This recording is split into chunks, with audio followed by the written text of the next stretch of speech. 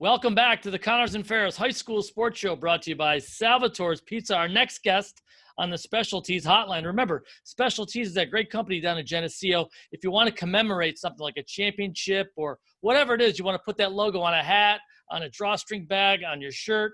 I know somebody could put a championship logo on it. Julia Zigrossi, our next guest from Spencerport, just a sophomore, and she is the Section 5 golf champion. Julia, welcome to the show. Congratulations. How are you? Thank you for having me. Good. How are you? We're fantastic. Steve Bradley, what a performance. A pair of 74s at Ridgemont Country Club in the soup in the cold Monday and Wednesday. Steve, what a performance by this young lady. Yeah, just fantastic. I know that you've been on the radar. You made AGR as a 7th grader and were 2nd place last year. And so I think people saw you coming. And, I mean, you probably went into this season as the favorite. But what was your mental approach this week going into that as the favorite? Did you adopt that, and do you like being the hunted? I would definitely say that it definitely pushes me to want to play better. And just having it at my home course is another kind of kicker to wanting to play even better. Does Ridgemont favor – are you a long hitter? Are you a short game? What's your specialty? How does Ridgemont set up for you? Yeah, I would say my short game's gotten a lot better within the last year, but I wouldn't say I'm like a long hitter, but I'm like kind of average. What's off the tee? What do you average off the tee? Like 220, 230. Okay. Well, actually, you wouldn't embarrass me that much then.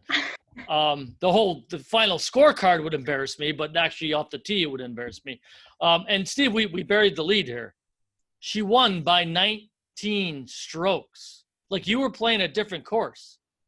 What was the difference for you? Did you think the conditions bothered some of the other girls? Were you just mentally stronger in some moments? I'm not that sure.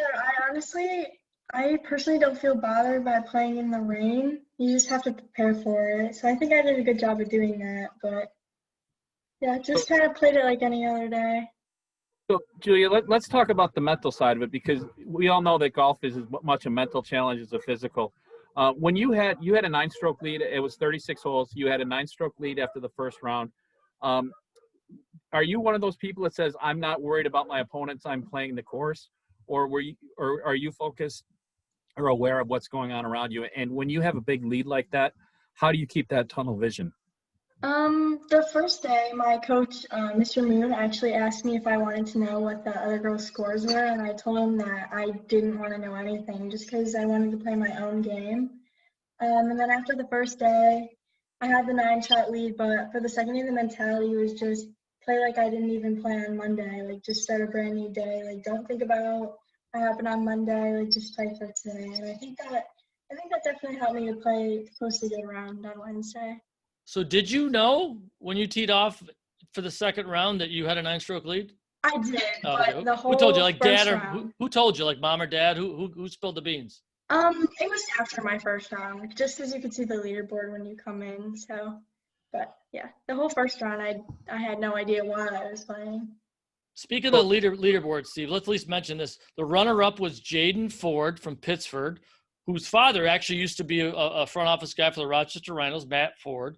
The cool thing about the top 5 here, Steve, all from different schools. Number 3, Jaden shot 83-84 for 167. You were the only golfer that I think was shot that broke 80. Caitlin Keenan from Victor, 86-82. She was 3rd. 4th place, Michaela Ikes from Mercy, 86-83. And Ava LaBelle from where I live, Webster, she shot 86-85. So now you got to wait, which when you look outside in the weather, not a bad thing. You have to wait till June to play in the state championships. Did you play in them last year, states? Actually, no, they're all canceled. They're all canceled. Yeah. 2 years ago, though, right?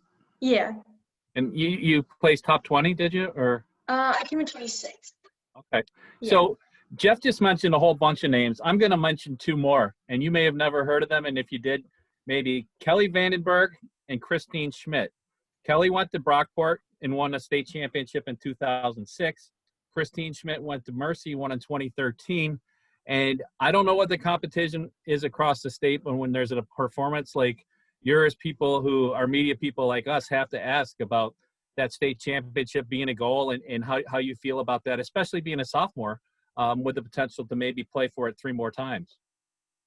Yeah, I would say that just I have to keep doing what I'm doing and just keep going with it, because I think that if I keep practicing, keep playing the way that I am, I think I could have a good chance of having a good run at states this year. How are your nerves? How do you cope with your nerves? Do you get nervous? Oh yeah, I definitely get nervous. I didn't get as nervous the first round or the first hole of the second day for sure, but the first day I was shaking a little bit on the first tee, just because like you're like, okay, I know I have to play good, like I have to pull this out, just like a lot of things going through your mind. But after like the first hole, I really don't think about it, just trying to focus on what I'm doing in that moment. If my research is correct, you've got plans to go play down south in a tournament in Louisiana in a few weeks. That's Jaden. Jaden Yeah. Ford's going to do that. Yeah. Jaden, okay. So let me ask but long term though, I mean, coming from the north, you looking to play college golf someplace? Yeah, for sure. I would like to play for a Division I school. But, Is it too early to hear? I forget what the rules are. Or it's June 15th after your sophomore year, so not yet, but it's coming up. do you play school? What? Do you have a dream Sorry. school? Yeah. Oh, my dream school? I don't know. UNC Chapel Hill, probably. Not bad. Not bad. Do you, I'd be remiss if I asked you, what's your low round ever at Ridgemont? 71. Oh, wow. Only 3 off your low ever. Unbelievable. How about growing up? When did you first start playing? How did you get introduced to the sport of golf? Yeah, so I was 4 when I started playing golf, and my grandparents got me a Barbie golf set, and it had a driver, a putter, and a 9-iron. And back when the executive course was at Mill Creek out in Wheatland, my dad would take me there, and he would always say, like, if you get a par, we can go get ice cream on the way home. So the more that, like, I got pars, the more I got ice cream, and I just kind of just liked it, only to get the ice cream, if I'm being honest. But from there, I just liked it and kept going with it.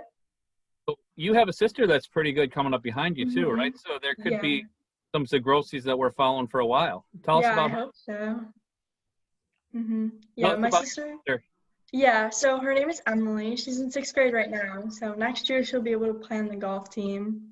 But yeah, she takes lessons, plays in tournaments. She's mid-low 40s. So awesome. yeah.